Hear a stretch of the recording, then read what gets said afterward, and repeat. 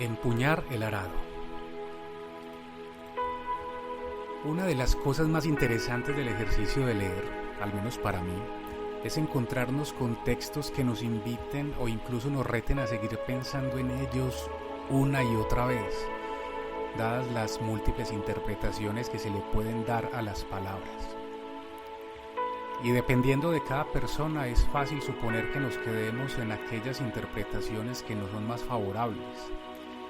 Y cuando sucede lo contrario, cuando nos concentramos en las que no, el reto se hace más interesante o más provocador. Ya sea por lo uno o por lo otro, tratamos de interpretar en función del sentido que esas palabras pueden tener para nuestra vida. Y precisamente uno de esos textos que me han invitado a quedarme pensando en ellos es el del Evangelio de Lucas 9, 57, 62, donde se dice textualmente: aquel que empuña el arado y mira hacia atrás no es digno del reino de los cielos. En ese mismo evangelio se presentan otras situaciones que llaman a la reflexión, como dejad que los muertos entierren a los muertos, o el Hijo del Hombre no tiene dónde postrar su cabeza. Sin embargo, la idea que más me sedujo fue precisamente la primera. El que empuña el arado y mira hacia atrás no es digno de ser hijo de Dios, no es digno del reino de los cielos. Y me quedé pensando precisamente qué significa empuñar el arado. Y por razones personales decidí profundizar en la interpretación de que empuñar el arado es asumir la misión personal.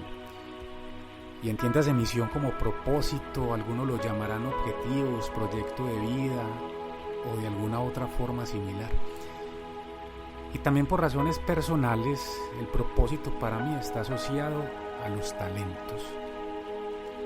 Empuñar el arado significa entonces, según lo anterior, decidir poner propósito a los talentos.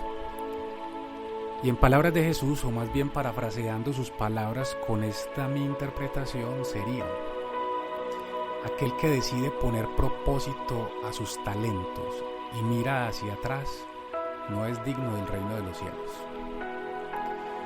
Hay otras situaciones en la Biblia donde mirar hacia atrás es condenable. Quizás la que más recuerdo es la de la esposa de Lot, en aquel pasaje de Sodoma y Gomorra, quien al mirar hacia atrás se convierte en una estatua de sal.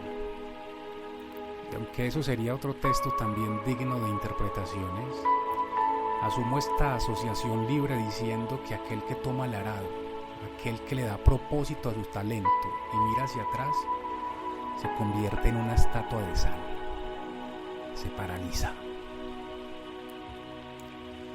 Siguiendo con esta línea de pensamiento, empuñar el arado implica hacernos conscientes de cuáles son los talentos con que Dios, en su infinita sabiduría, nos ha dotado y cuáles las responsabilidades que se derivan de ello. Y me atrevo a decir en este punto que hacer consciente el talento es, además, descubrir el aliento de vida por el cual fuimos creados.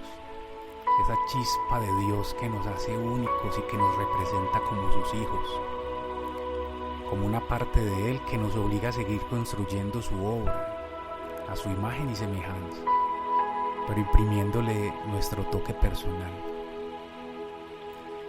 Cada talento se interpreta de esta forma como una invitación del Creador a colaborar con su obra, con una generosa licencia de confianza que nos es otorgada con una sonrisa y el imperativo amoroso de ahora, hazlo tú. Y es precisamente por ello que empuñar el arado supone un compromiso desafiante y por qué mirar hacia atrás no debería estar dentro de las opciones. Volver la mirada atrás no es ni siquiera un acto de cobardía, ya que al cobarde podría justificársele su miedo.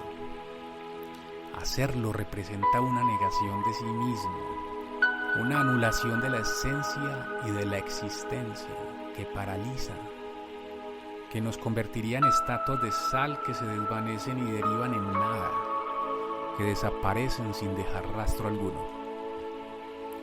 Empuñar el arado nos dignifica, nos da un lugar especial y un rol determinante en la creación. nos hace copartícipes de la construcción del reino y nos hace dignos de ser llamados hijos de Dios. Empuña tu arado y no mires atrás.